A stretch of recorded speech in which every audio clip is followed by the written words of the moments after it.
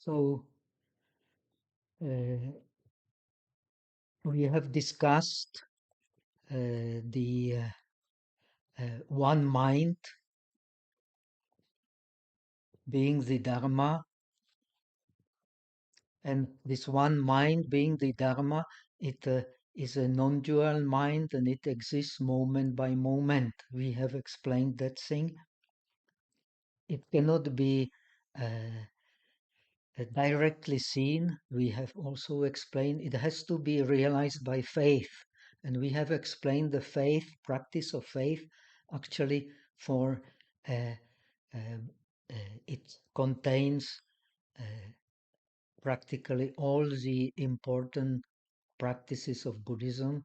But in case of the Bodhisattva, these practices are linked directly to bodhicitta. Bodhicitta is means that one actually understand the non-dual nature of the mind. One understands the one mind. One understands that the Buddha and the beings, they are inseparable. They form one whole. Mind, Buddha, and the beings are inseparable. That is the deep meaning of Buddhism.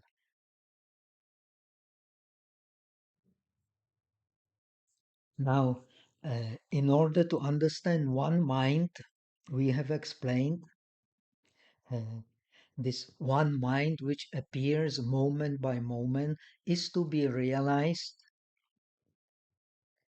uh, by its two aspects or two forms uh, or two uh, manifestations. The first manifestation we have explained, that is a manifestation, or that is the form, that is the aspect of the tathata. We have also explained that this tathata in its uh, aspect of suchness is unthinkable, unspeakable. Uh, it is that which is beyond all differentiation, but yet we have to speak about it only because speaking is differentiation, and without speaking about this true mind, the one mind, the beings will not believe in it and will never practice it. Therefore, uh, the also it has to be understood by differentiation that we have explained. The non-differentiation is by negation. The differentiation is by affirmation. So, in terms of the negation, this mind is, as Nagarjuna starts his treatise on the middle path, is actually can be known by 8 negations. Hmm? Ashashvatam, Anuchedam, Anutpanam, Anirodham, Aneka Artam, Anana Artam, Anagamam, Anirgam. It is cannot be defined by impermanence. It cannot be defined by permanence. It cannot be defined by arising. It cannot be defined by cessation. It cannot be defined by oneness. It cannot be defined by separation. It cannot be defined by coming, and it can be defined by going. Simply, it is undefinable because it has no form, no characteristic, and as such also no aspects. But when we differentiate it in terms of aspects. So when we differentiate it in terms of aspect, it has to be uh, defined by affirmation, because negation without affirmation would easily be understood as uh, the theory of annihilation, the theory of the uh, nihilism. But Buddhism is the opposite of nihilism. Buddhism is the belief in true fullness of reality. And this fullness of reality, the fullness of our experience, is to be affirmed by uh, the aspect of uh, non-emptiness. Huh? So the uh, aspect of emptiness is negation, aspect of non-emptiness is affirmation. It indeed exists, but uh, it exists and is manifested by these innumerable virtues which are unconceivable. And so uh, these two aspects, they are actually inseparable. Now we come to the other aspect of one mind, which is the only aspect through which we actually, through the realization of which we can actually understand the suchness, understand the non-duality. That is the essence of Buddhist teachings. Only through penetration the samsaric existence, which is endowed with uh, with that which is unsatisfactory state, only through thorough understanding by wisdom the unsatisfactory state and the causes of the unsatisfactory state, we can understand the end of the unsatisfactory state, be it nirvana or suchness as the non-dualistic concept of nirvana. So uh, uh, this part is actually the most important one, explaining the samsaric aspect of one mind. By uh, understanding the samsaric aspect of the one mind, then we can come to seeing the real nature of the mind. Actually, in a non-dualistic sense, uh, in the Chittamatrata concept, in the concept of mind being the only reality, this treatise also belongs to this uh, concept. We have explained this concept of Chittamatrata has two ways of being explained. One is uh, the like Sandhi Nirmochana Sutra, the aspect through the aspect of the uh, defiled one mind. Then we have uh, the other aspect, the aspect of the Buddha nature. This Buddha nature is non-defiled, but also exists as suchness, as a true nature, as the true mind.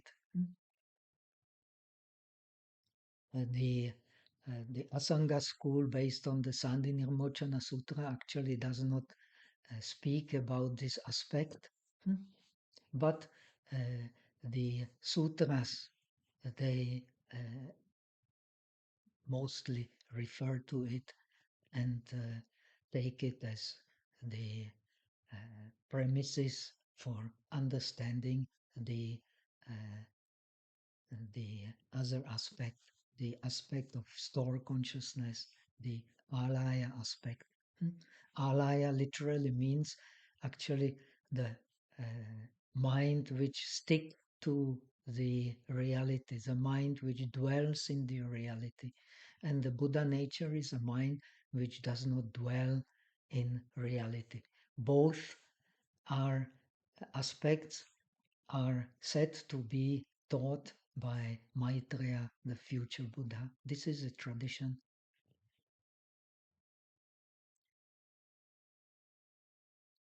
They are indeed interrelated.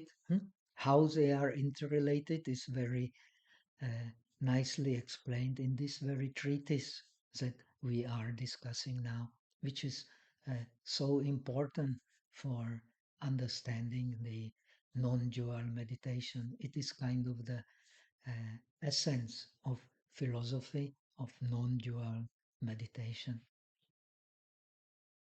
So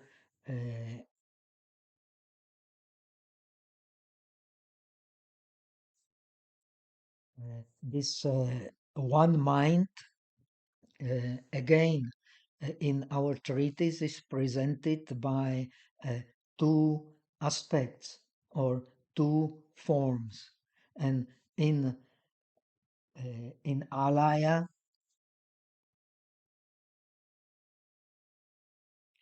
they are not separate.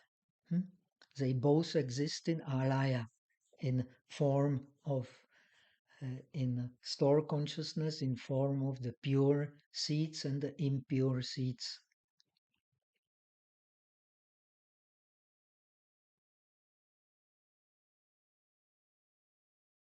So this uh, uh,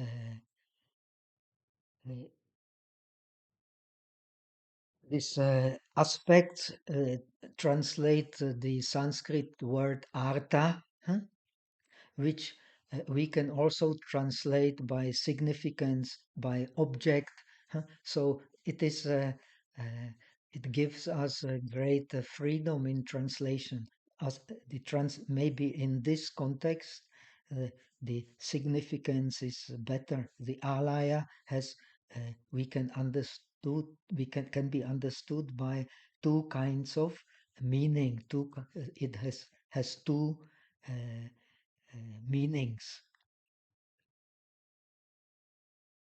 And we can also say it, not literally, but in another sense, it has two objects. First, the object is first object is called the body, huh? Body aspect or body object of the one mind. And this body object of one mind uh, is completely free from vikalpa, free from differentiating thoughts. Hmm? And the text says that it is uh, omni, it is um, omnipresent. Hmm?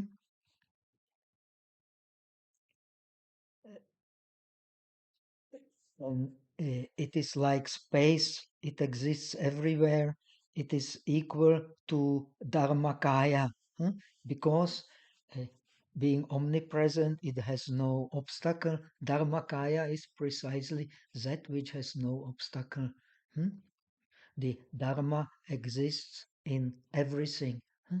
Inside, outside, everything actually is Dharma. Hmm?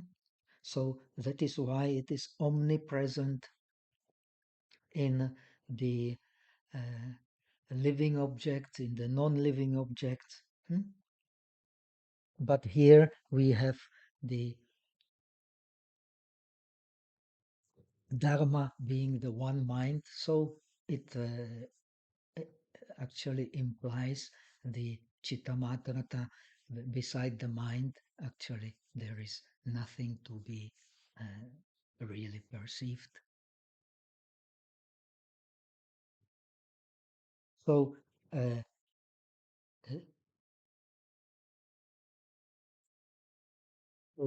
this body, this is the philosophy of the Buddhism, very deep philosophy. Everything, when we speak of everything, when we understand everything, when we think of anything, we can only think about it in terms of the differentiation.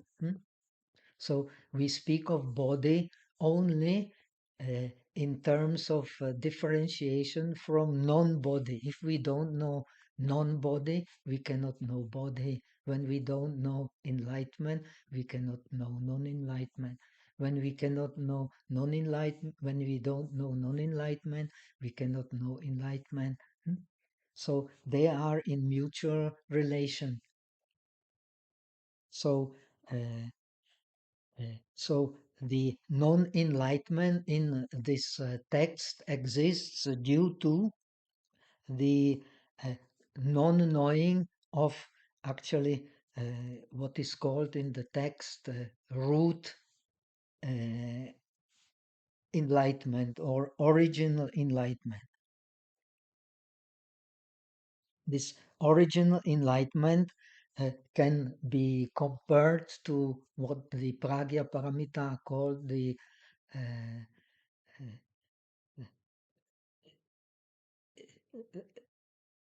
it is a natural enlightenment. This root enlightenment is uh, inseparable from alaya. According to this treatise, it is the uh, Buddha nature of the alaya. But in the us ordinary beings, it is usually concealed. In the Buddha, uh, it is always obvious, revealed. But this root, original body, this natural nirvana uh, is connected with both in form of alaya, is connected with both, with pure aspect and impure aspect.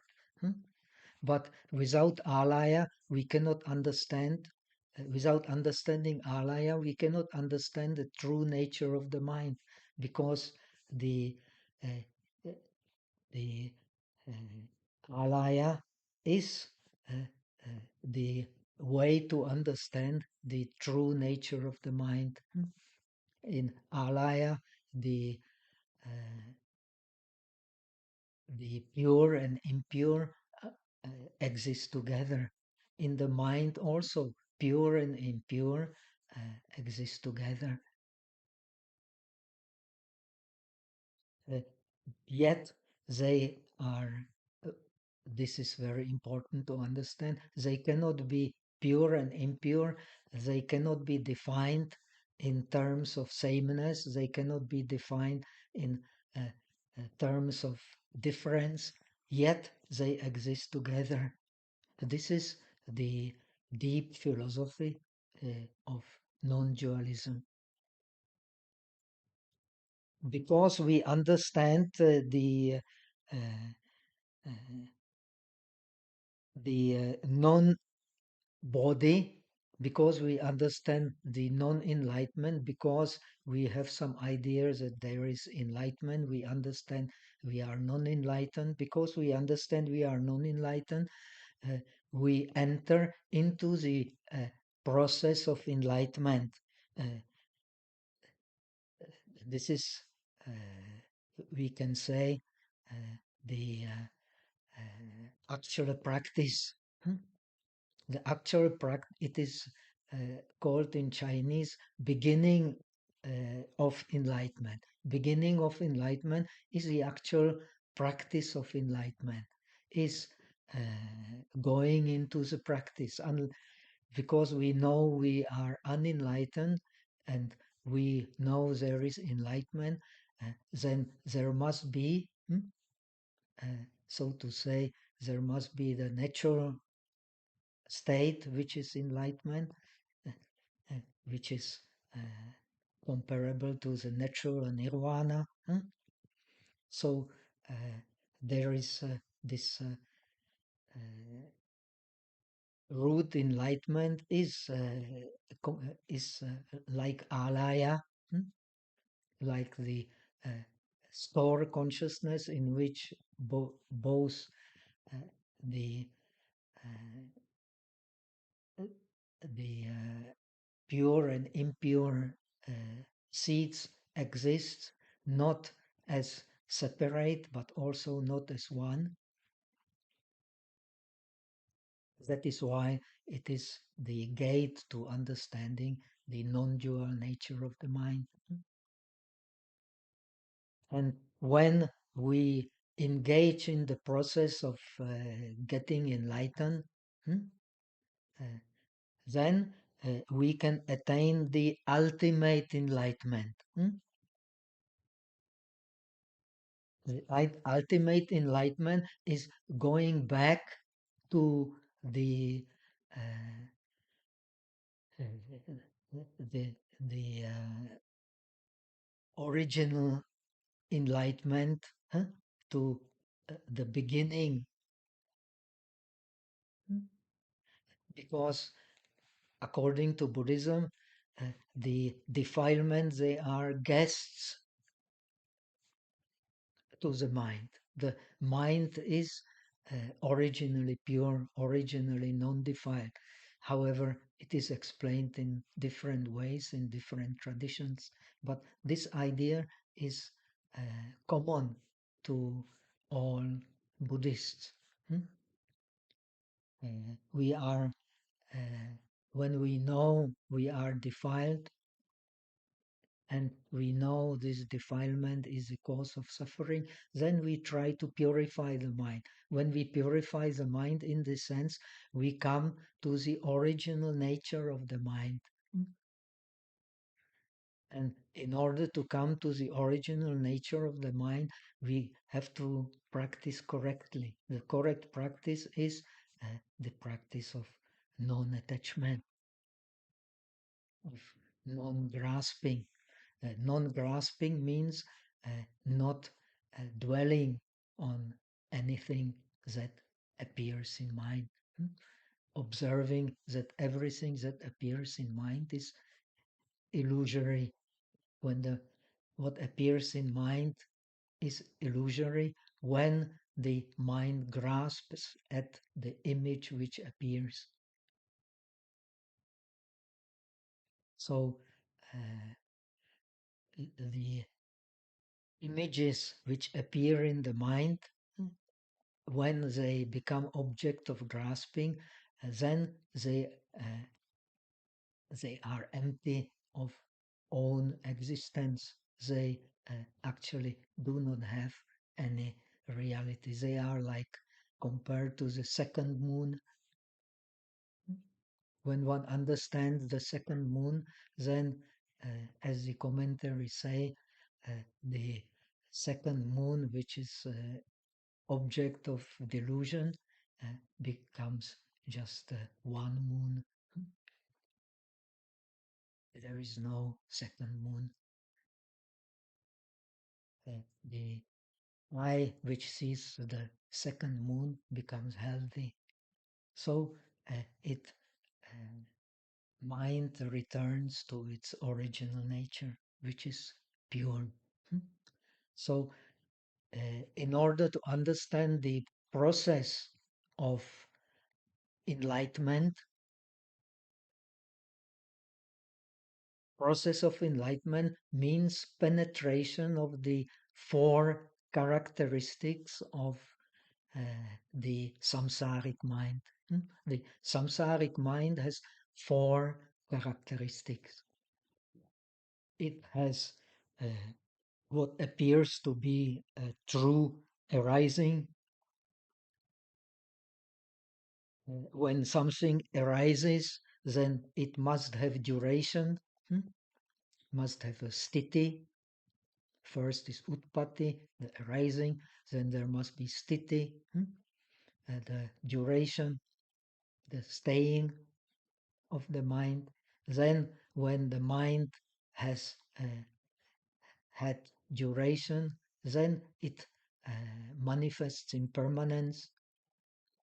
And when it manifests in permanence, then it disappears. It comes to cessation. So they are, each and every samsaric mind has these four attributes. In a deluded mind that we have, they are separate. But it is believed in the mind of Buddha, they become one. In an enlightened mind, they become one. So that is why this practice is what we have explained. The practice of non-thinking is a practice of turning towards the turning towards the true mind.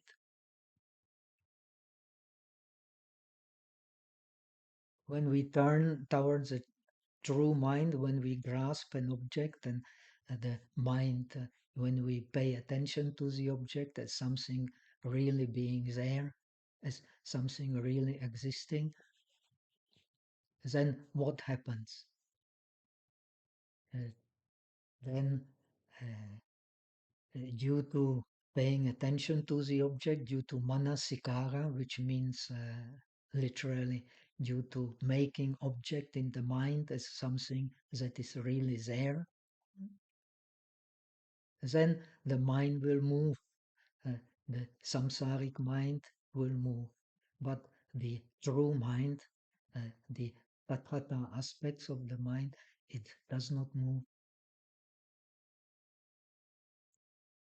So in the alaya, this tathata aspect of the mind and the samsaric aspect of the mind, they are neither same nor different. So that is why these two aspects, it is said, each of them, they give rise and contain all the reality. Not that they are the uh, uh, the whole reality together. They are each of them true reality. Each of them, they are the reality.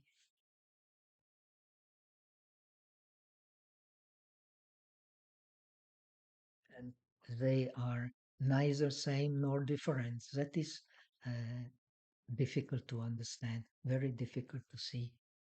But we get some intuition into that by the process of non-thinking.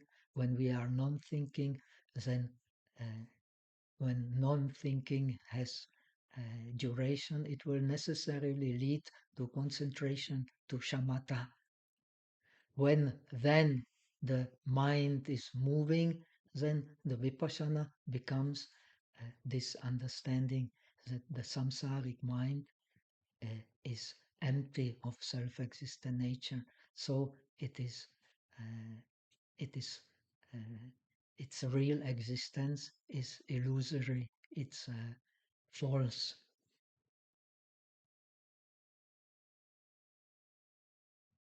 And uh, this, in this tradition, it is a middle way. Through the middle way, then the shamatha and vipassana, uh, both aspects of the mind will be understood as one mind. So the realization of the one mind is the realization of the Dharma. So now, being in the state of the common man is someone who believes in the existence of the true self and existence of that what belongs to the true self as really being there. Hmm? He has not realized the Four Noble Truths. He does not see that the self is only the five aggregates. These five aggregates, they are cannot be the true self because the true self does not move. But these five aggregates are always on the move. As soon as we grasp them, they will be moving. This is the very nature of the world. Nothing exists without movement. And this movement is, in this tradition, this is the samsaric aspect of the mind.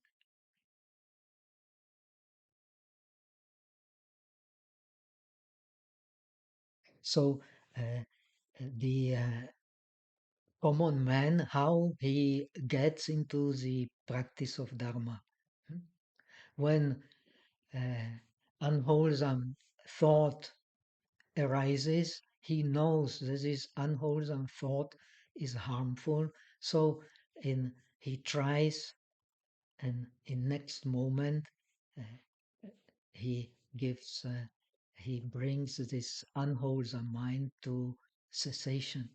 So this is not any real enlightenment, because a common man still believes that there is a self, and the object of enlightenment is the non-self. So yet uh, bringing the unwholesome to end, to cessation, is indeed wholesome and is indeed good. And all good, we have learned, all good belongs to the true mind, to the highest reality. This is what is to be contemplated in the practice of the bodhisattva. The virtues, the paramis, whatever virtues they may be, innumerable virtues, they don't believe to an individual, they believe to the highest reality. If we meditate like this, as the Diamond Sutra and the Pragya Paramita Sutras explain, then we can have gate, we can have opening to uh, innumerable uh, merit and to the freedom of the mind, which is connected with only with understanding the, as we will see later in this text, to the pure mind being able to uh, perform unthinkable deeds.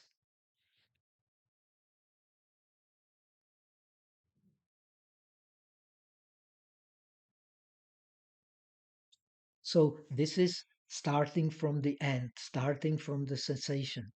We have seen after the cessation is the impermanence. From the end, uh, be, uh, uh, this, from the beginning is beginning, the duration, impermanence, cessation. Now we start from the end. We start from cessation. Next one is impermanence. Hmm? The uh, those who have not yet had any non-dualistic realization, that means the bodhisattvas in the in the stage of accumulation of merit, and in the state of the uh, effort, prayoga marga, hmm, in the correct effort leading to non-dualistic realization, uh, they have not yet realized the real uh, selflessness of persons and of all phenomena. So they can penetrate the sorrowful nature of impermanence.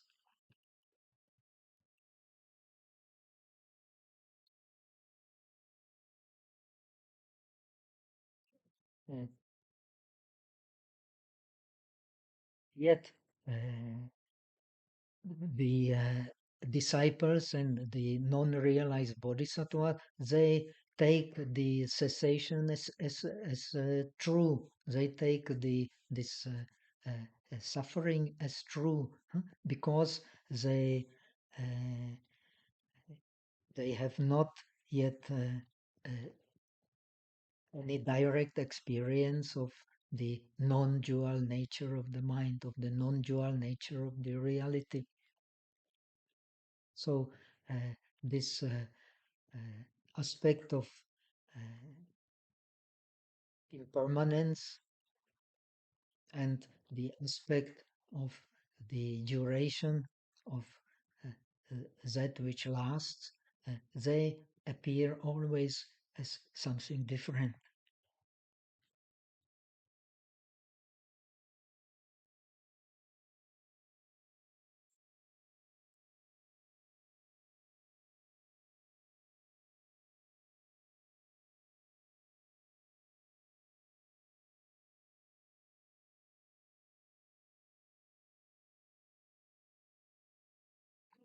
So, in order to understand that, we have to explain like the uh, Yogacara philosophy explains the in order to become a Buddha, we have to uh, tran- transcend 8 vikalpas, 8 kinds of differentiation. When we penetrate the sorrowful nature of impermanence, one uh, can understand that the self is not true, that uh, that which belongs to the self is not true, is empty of the self, and that which we experience as pleasant sensation, as unpleasant sensation, as neither pleasant nor unpleasant sensation, they should not be grasped as the self. One should detach from them. So this is what also a bodhisattva who has not realized the uh, non-dual realization, and the disciple who has uh, the direct experience of nirvana as something different from uh, uh, samsara, uh, they all have penetrated these 5 kinds of differentiation, not being real, but they still have belief that there is some real nature in the thing, that they still differentiate on the base of the real nature, and that all this idea of the real nature only comes from the mind. They still cannot have direct experience. They can learn by from books, reading the sutras, the shastras, but they cannot uh, directly experience. Now, when we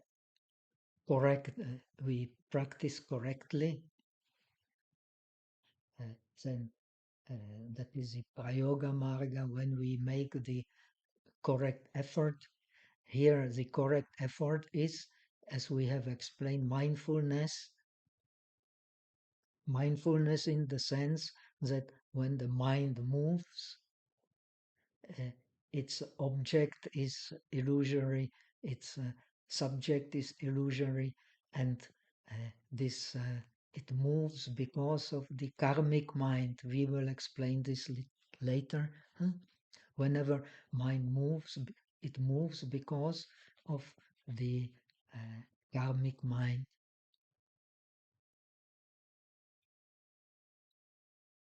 Now, when we attain in the bodhisattva practice the first stage of the bodhisattva, which is indeed very difficult to attain, most of the bodhisattvas, even like us, we may have an aspiration to become bodhisattvas. We may have a motivation to become bodhisattvas, but we are not established in the non-dualistic, direct non-dualistic experience. So this direct non-dualistic experience, the attainment of the first stage of enlightenment of the bodhisattva, is also called the pure mind.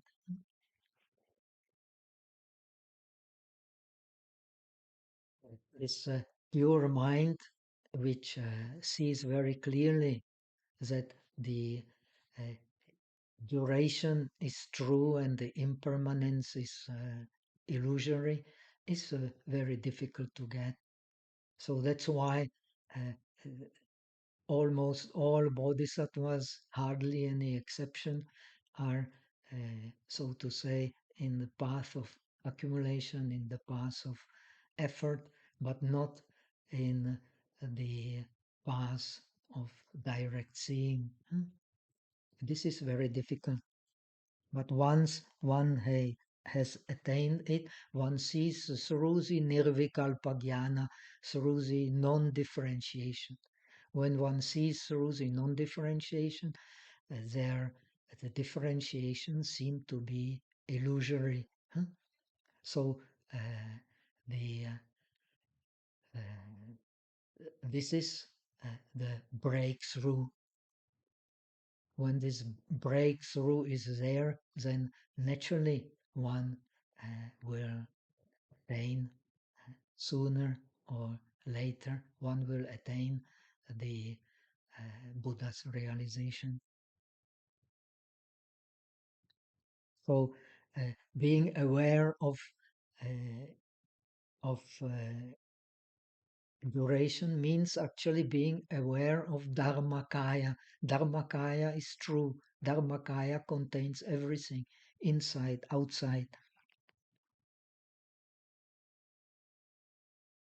So if one has this stage of bodhisattvahood, in the first stage, one gets rid of the attachment to differentiation. Then in the seventh stage, when one learns the stages of the path of bodhisattva, one uh, um, even is not attached uh, to ignorant, to spontaneous ignorance. That means one spontaneously does not differentiate. So this is why the mind then in the eighth stage, Achala Bhumi, becomes unmovable. The unmovable mind is then for sure to gain the realization without any doubt, and he can then uh, penetrate the that the uh, object of the mind is only mental object, so he can change its characteristics according to one's will. This is a very, very high stage of practice, which a sangha is supposed to have attained, or Milarepa is supposed to have attained. That's why they can live anywhere they are and change objects according to their will.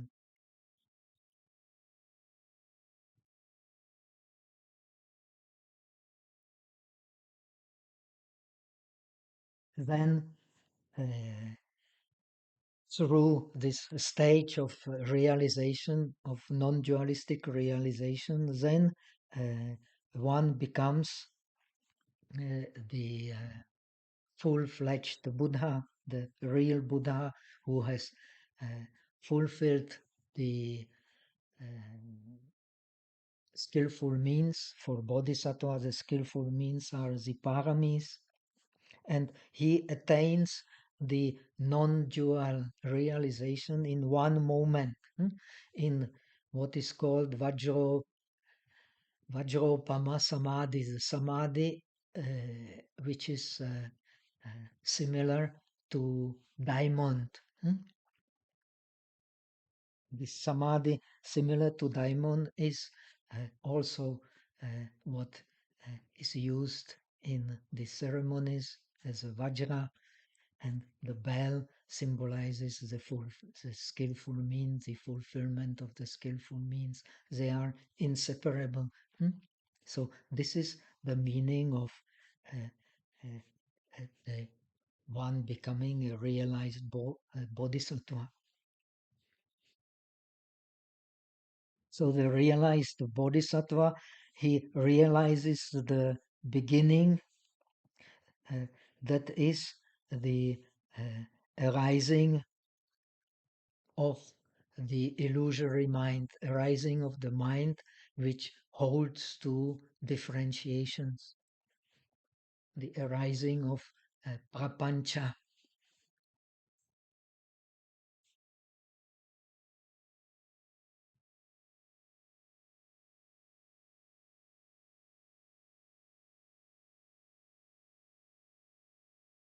So, uh, so he is, so to say, freed. This is kind of a paradox. He is freed from the initial mind. Initial mind is the samsaric mind. So in the state of the Buddha, this is a paradox very often used in non-dualistic traditions. The realized mind is neither mind nor non-mind, but it is a mind beyond the grasp at the differentiations, and we all subjected to this grasp. So when one becomes the realized bodhisattva, uh, we one has removed six kinds of the gross one uh,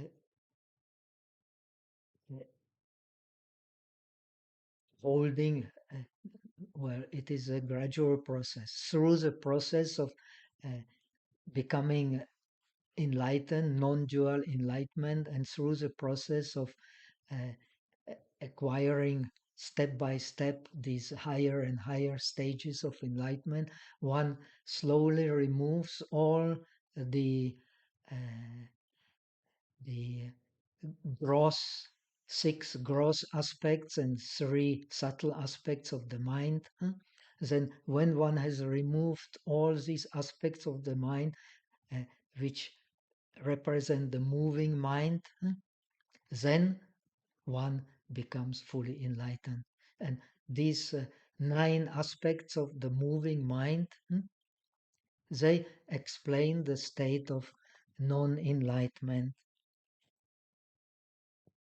So the process of enlightenment is very important, is explained.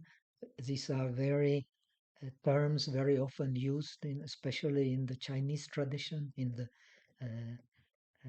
Zen tradition, also in Pure Land tradition. So there is the aspect of the body, there is the aspect of the non-body, there is the aspect of the root body, there is the aspect of uh, the praxis of enlightenment, and there is the aspect of the absolute enlightenment or final enlightenment.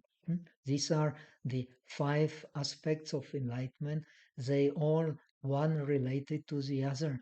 They cannot be strictly separated. We separate them only to explain them as one process. That is why, especially in Chinese tradition, this process can be explained in terms of the sudden enlightenment and also in terms of the gradual enlightenment. The both are just methods to explain how one gets enlightened. They are not different from each other. They are complementary. They are methods which are complementary. The uh, sudden enlightenment, that means into the nature of the uh, non-moving mind, and the moving mind being actually one mind, being the Dharmakaya. Uh, that is the uh, the sudden enlightenment, but the sudden enlightenment is inseparable from the gradual enlightenment, and the gradual enlightenment in this tradition should not be separated from the sudden enlightenment, because the true mind, in the true mind, we have these two aspects moment by moment. We have explained that.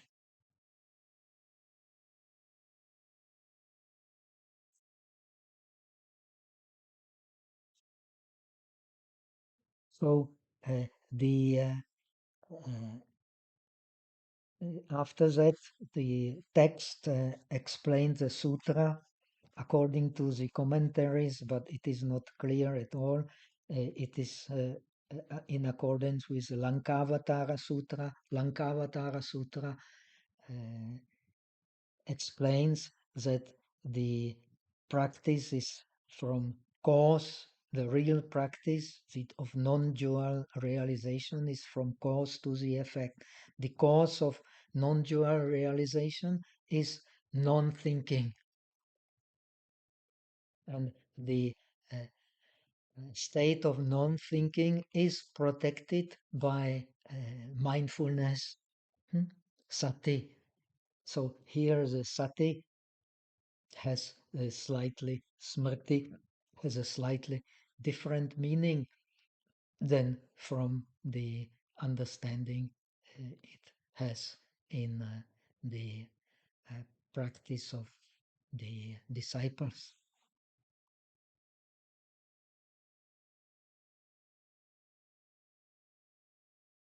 So the through the cause, through the non-thinking, we understand the end of the practice. But we do not understand we understand the end of the samsaric mind, but we do not understand the beginning of the samsaric mind.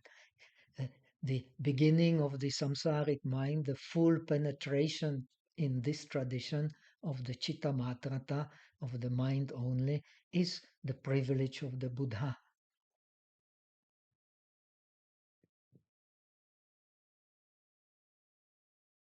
So the in this way, the uh, praxis of getting enlightened consists of the contemplation of the mind, which does not grasp any sign of the object.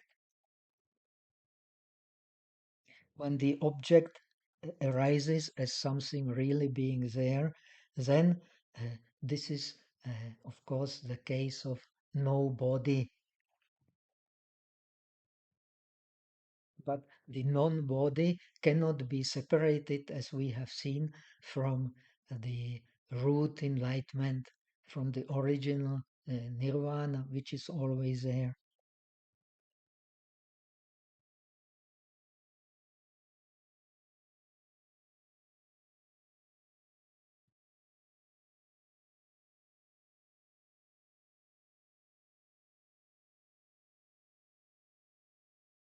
So actually knowing samsara as being not as being different from body, that is ignorance.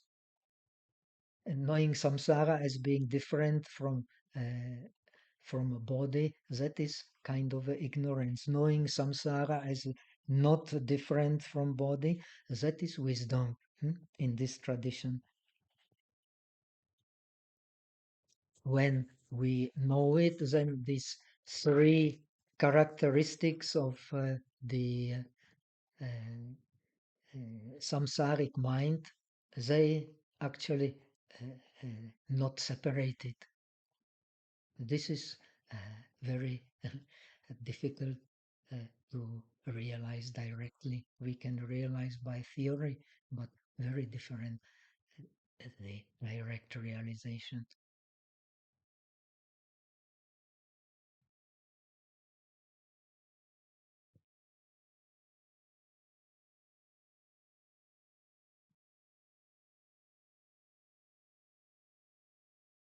So now let us come to the uh,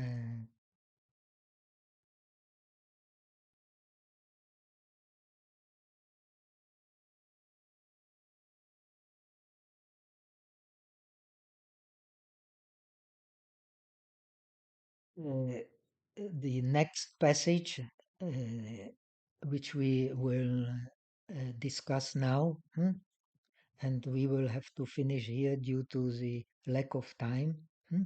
Explain the uh, the original body, which is alaya, when connected with defilements, has in terms of differentiation two attributes or two aspects. The aspects of uh, purity of wisdom, that means due to uh, the due to the impregnation of mind by the seeds of suchness, the continuity in of the defiled mind will cease.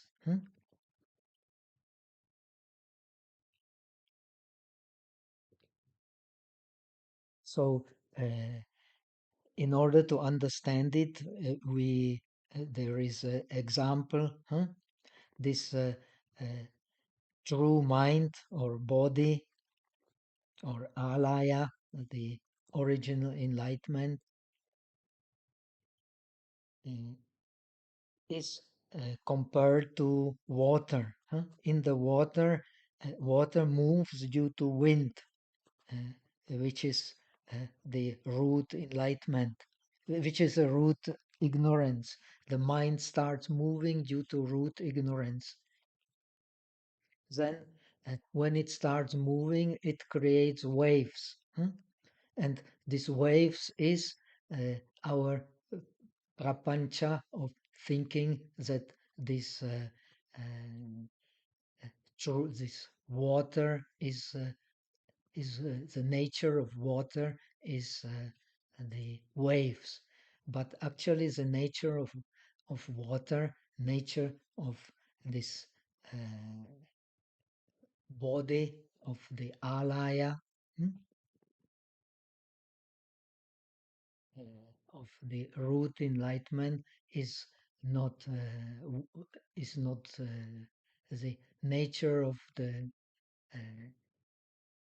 of the waves, which are actually nothing but water, nothing but the alaya itself, is not uh, the waves, uh, but the nature of water is the uh, dampness.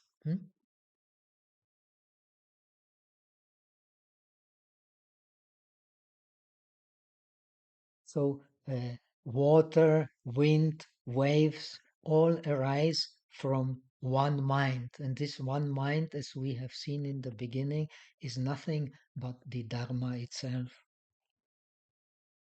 So the true nature of the mind and the prapancha, the illusory mind which believes in true nature of the object and grasp for them and has a desire for them.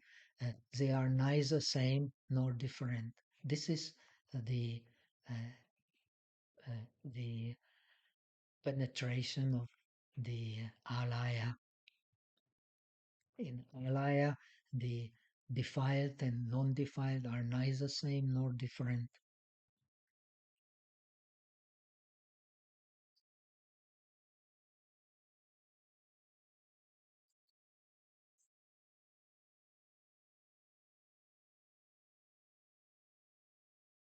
Then uh, this pure, this original body also has the aspect of unthinkable deeds, it is explained, based on purity of wisdom, on the previous aspect. The pure wisdom is spontaneous, uh, manifests virtues without interruption according to all beings. So uh, it has the it can perform in this way unthinkable deeds. Hmm? After that, the treatise explained the essence of body. That means the Dharmakaya, which is compared to mirror, which is compared to empty space, has four aspects. The aspect real empty, aspect causing impregnations, aspect of renunciation, an aspect of causing of influencing the or causing to influence the sentient beings. They explain actually. We have no time to explain in detail, just in short. They explain how, in accordance with the Chitta Matrata, with the mind only, uh, which believes that the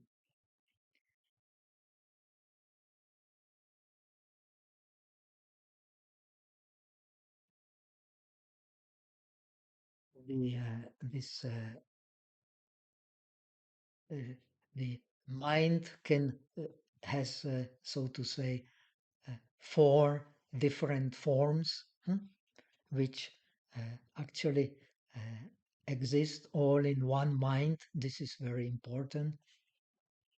The first form is the here the really empty aspect of the enlightenment, which is the alaya aspect. When we attain the revolution of the mind, when we realize, directly realize suchness and become suchness, then this uh, aspect of real empty mind becomes the uh, uh, the universal mirror, which just reflects things as they are. Then there is a manas. Manas is the individualizing mind. Uh, in this treatise, this manas is described in a different way, but what it explains is a similar thing. It explains the mind which uh, causes the alaya to be impregnated, the individualizing mind. This individualizing mind, when we become enlightened, becomes the mind of sameness, the aspect of sameness. Then there is the mental consciousness which differentiates things. But when we become enlightened, this mental consciousness has no more desire, no more views based on ignorance, no more wrong views. So it becomes the aspect of the mind, the manovigyana, the mental consciousness becomes the uh, uh, the wonderful observation. And the aspect of the five consciousnesses, I consciousness, and so on, when which differentiates the objects of the five senses. This mind then in the Buddha becomes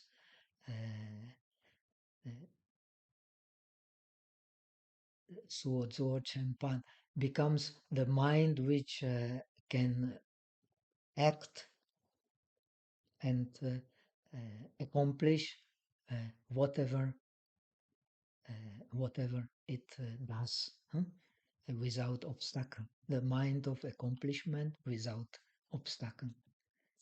And so next, because of the lack of time, we can only explain this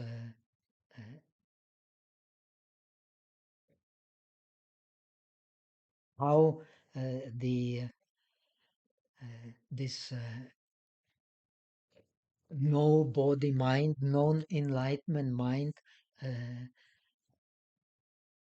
rises and how it develops into our situation in the world, into suffering. So these are the three aspects of the three subtle aspects of the mind and six gross aspects of the mind, which then disappear in the state of perfect enlightenment. Hmm? They represent the state of no body, of the moving mind, which we hold to as being the real mind. So that much for today. So that will be explained in the next video, and we give some little hints which we have already given about the practice of the bodhisattva.